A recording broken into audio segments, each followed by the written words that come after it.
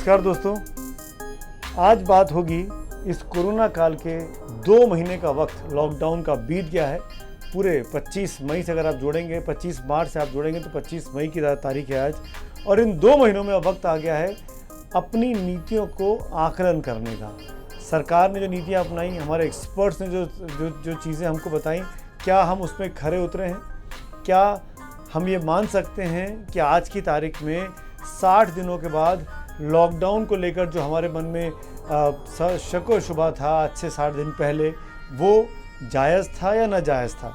आज उसी का आकलन करते हैं, उसी का पोस्टमार्टम करते हैं। तो सबसे पहले आंकड़े आपको बता देता हूं कि हम जब 2 महीने पहले थे तब हम कहां पे थे और आज 2 महीने के बाद भारत इस कोरोना को लेकर इस लड़ाई में कहां खड़ा हुआ है। जब 24 मार्च को लॉकडाउन अनाउंस किया प्राइम मिनिस्टर मोदी ने, तब भारत में केवल 519 संक्रमण के केस थे। 519 आज की तारीख में 1,38,000 के ऊपर चले गए हैं। तो आप अंदाज़ा लगा सकते हैं कि इस 60 दिनों में संक्रमण जो है वो करीब 1,38,000 के ऊपर बढ़ चुका है, फैल चुका है। पहले संक्रमण कुछ शहरों में था, अब संक्रमण देश के गांव तक पहुंच गया है। खासकर बहुत से ऐसे लोग हैं जो प्रवास करके गए हैं एक जगह से दूसरी जगह, और वो जाकर दूसरों को भी संक्रमित कर रहे हैं। ऐसे तमाम प्रूफ, तमाम कहानियां इन 60 दिनों में सामने आई हैं। आंकड़ों की बात करते हैं।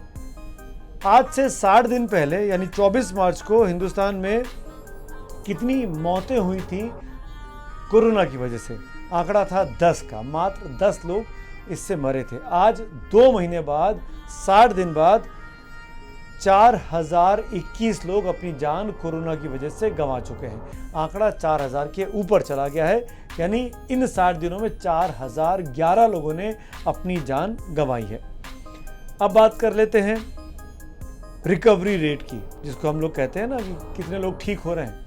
तो 24 मार्च को ये फिगर था करीब 7% के आसपास, लेकिन आज अच्छी खबर यह है 60 दिन बाद रिकवरी रेट 41% से भी ज़्यादा आ गया है, जो कि दुनिया के कुछ अच्छे रिकवरी रेट्स में इसकी गिनती होती है।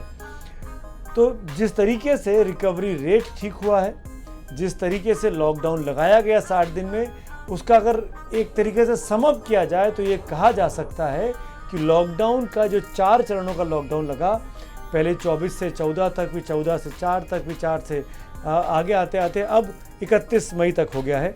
तो इस 4 चरणों के लॉकडाउन में अगर ये लॉकडाउन नहीं होता, जैसा कि कुछ लोग सवाल खड़े कर रहे हैं, तो ICMR Indian council of medical research की स्टडी बताती है कि ये संक्रमण 1.5 लाख 1,38,000 पे नहीं होता। ये संक्रमण आज से 15 से 20 लाख लोगों को अब तक हो गया होता। और मौतों का आंकड़ा जो अभी 4000 के आसपास है, ये 10 से 15,000 हो चुका होता अगर लॉकडाउन नहीं हुआ होता। तो हम ये कह सकते हैं कि लॉकडाउन होने से कम रिकवरी रेट को हम बढ़ा पाए, हम मौत के आंकड़े को कुछ हद तक कंट्रोल में ला पाए। लेकिन सबसे बड़ी चिंता की बात है वो है संक्रमण का फैलना। जहां 10 केस थे, वहां आज 1,38,000 के ऊपर केसेस हो चुके हैं। इस 60 दिनों में जो दूसरा काम सरकार ने किया वो है अपनी स्वास्थ्य सुविधाओं को दुरुस्त करने का। हमारे देश में PPE किट नहीं बनती थी, N95 मास्क ना के बराबर बनते थे। उस दिशा में सरकार ने तेजी से काम किया।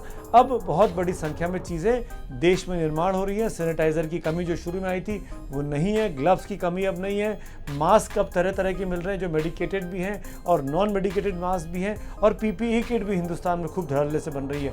तो उस लिहाज पर सरकार की इस लॉकडाउन का ये फ़ायदा मिला। अस्पतालों को लेकर अगर बात की जाए तो करीब 3027 कोविड अस्पताल देश भर में तैयार हैं। हेल्थ केयर सेंटर्स की अगर बात की जाए तो 6,50,000 से ज़्यादा हेल्थ केयर सेंटर तैयार हैं। आइसोलेशन बेड्स की बात की जाए, अगर जिनको आइसोलेशन में रखा जाता है, जो पॉजिटिव और मॉडरेट केसेस के पेशेंट हैं, वो करीब 2,81,000 से ज़्यादा आइसोलेशन बेड्स हमारे पास हैं। ICU बेड की अगर बात की जाए तो देश भर में 31,250 से ज़्यादा ICU बेड्स भी बना लिए गए हैं। ऑक्सीजन सपोर्टेड बेड्स की बात की जाए, क्योंकि ऑक्सीजन की ज़रूरत पड़ती है, कई ऐसे पेशेंट्स होते हैं जो कोमॉर्बिड्स होते हैं, वो 1,09,888 हो चुके हैं ऑक्सीजन सपोर्टेड बेड्स। इसी तरीके से पीपीई किट की मैंने आपको बताया कि तेज़ी से सप्लाई हो रही है। तो कुल मिलाकर इन तमाम दृश्यों को देखें तो लगता है कि हमारी तैयारियां ठीक रही हैं। पर मेरा ये कहना है कि आज हम दुनिया में, आज जब हम 60वें दिन पे खड़े हैं लॉकडाउन के, हम दुनिया के 10वें सबसे अधिक संक्रमित मुल्क हो गए। जो भारत पहले 17वें, 18वें, 19वें नंबर पे था, आज टॉप 10 में आ गया। ये वाकई में चिंता की बात है। और जिस गति से ये केसेस बढ़ रहे हैं, रोज़ाना 6,000, 7,000 पॉजिटिव केसेस इस आंकड़े में जुड़ते जा रहे हैं 1,38,000 के, तो बहुत जल्द मुझे लगता है, इस बात की आशंका है कि जब तक ये हफ्ता या ये महीना 31 मई आएगी, तब तक हम दुनिया के टॉप 5 या टॉप 6 देशों में शुमार ना हो जाए। इस बात को लेकर थोड़ी सी आशंका मन में रहती है।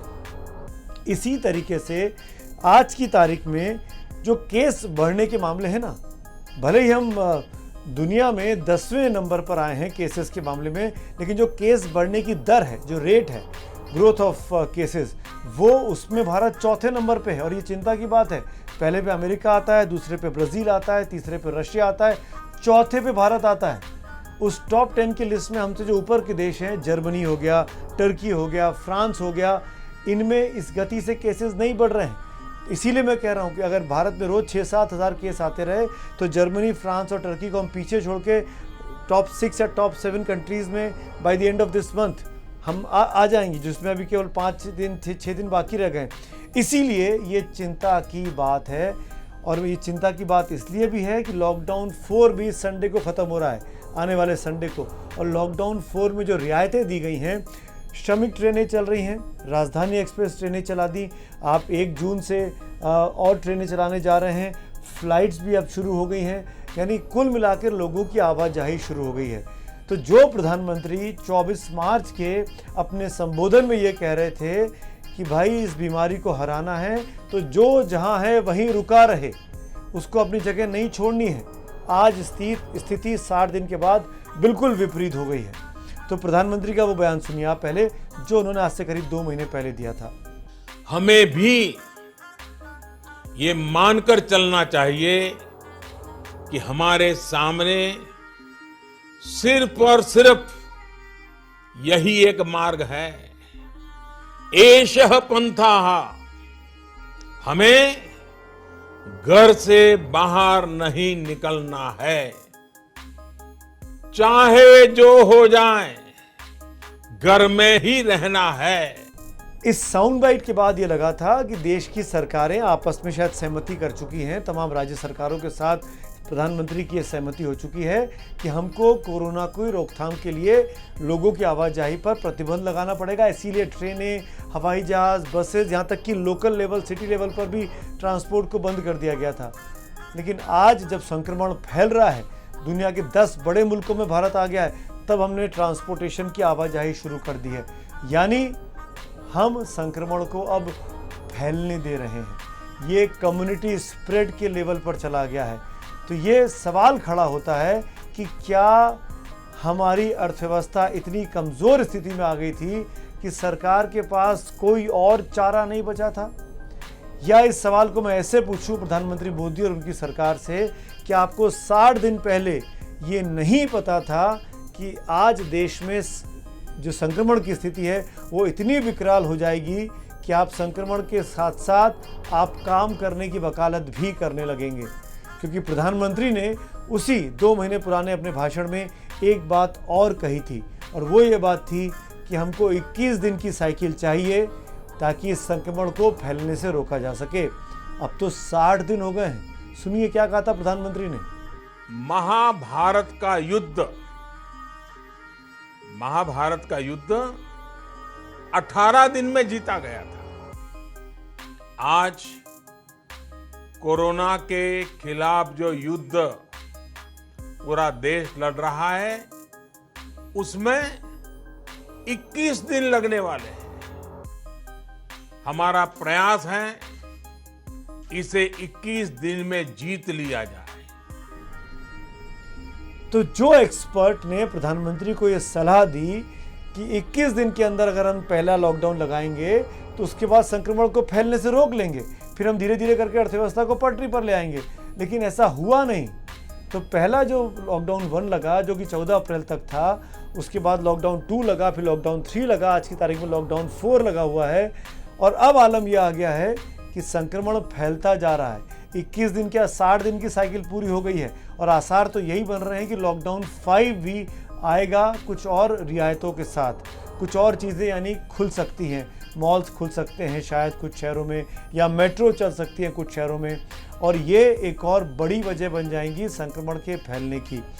इस पूरी बातचीत का आप सार समझ रहे हैं? सार दरअसल ये है कि कहीं ना कहीं हमारे एक्सपर्ट, हमारी सरकार को ये नहीं पता था कि कोरोना की लड़ाई इतनी लंबी चलने वाली है। तो क्या हम फेल हो गए अपनी पॉलिसी मेकिंग में? आज 60 दिन के बाद हम पीछे मुड़ के देखते हैं तो हमको लगता है कि शायद हमारे एक्सपर्ट के पास जानकारी नहीं थी, शायद दुनिया का अनुभव जो दुनिया के तमाम मुल्क इससे झेल रहे थे उसको हमने ठीक से स्टडी नहीं किया कि कैसे इस पर वो रोक लगा पा रहे हैं, या हमारी सरकारें, हमारे जो प्रधानमंत्री हैं और उनके साथ जो तमाम मुख्यमंत्रियों के बीच का जो सामंजस्य होना चाहिए था वो नहीं था। क्योंकि बीजेपी शासित प्रदेश प्रधानमंत्री की बात को दोहराते रहे और बीजेपी के विरोधी शासित प्रदेश जो थे वो सरकारें प्रधानमंत्री की विरोध की बातें करती रही, उनकी नीतियों के विरोध की बातें करती रही। और आज आलम यह है कि देश में एक तरीके से कोरोना को हमने जैसे अब हाथ अपने हटा लिए हैं। अब जैसे कोरोना फैलना है तो फैले, जो बचना होगा बचेगा, जो नहीं बचना होगा बचेगा। और उसकी बहुत बड़ी वजह यह है कि भारत में जो मृत्यु दर है कोरोना से वो दुनिया के मुकाबले काफ़ी कम है, वो 1% से भी कम की आती है। क्योंकि अगर आपका 1,38,000 लोग संक्रमित हुए हैं तो मरने वालों की तादाद करीब 4,000 के आसपास है। तो ये दिखाता है कि यही शायद सरकारों को लगा, तमाम राजनीतिक पार्टियों की सरकारों को, तमाम राज्य सरकारों को, कि हमको इकोनॉमी को खोलने के लिए, अर्थव्यवस्था को सुचारू बनाने के लिए चीज़ों की आवाजाही कर देते हैं।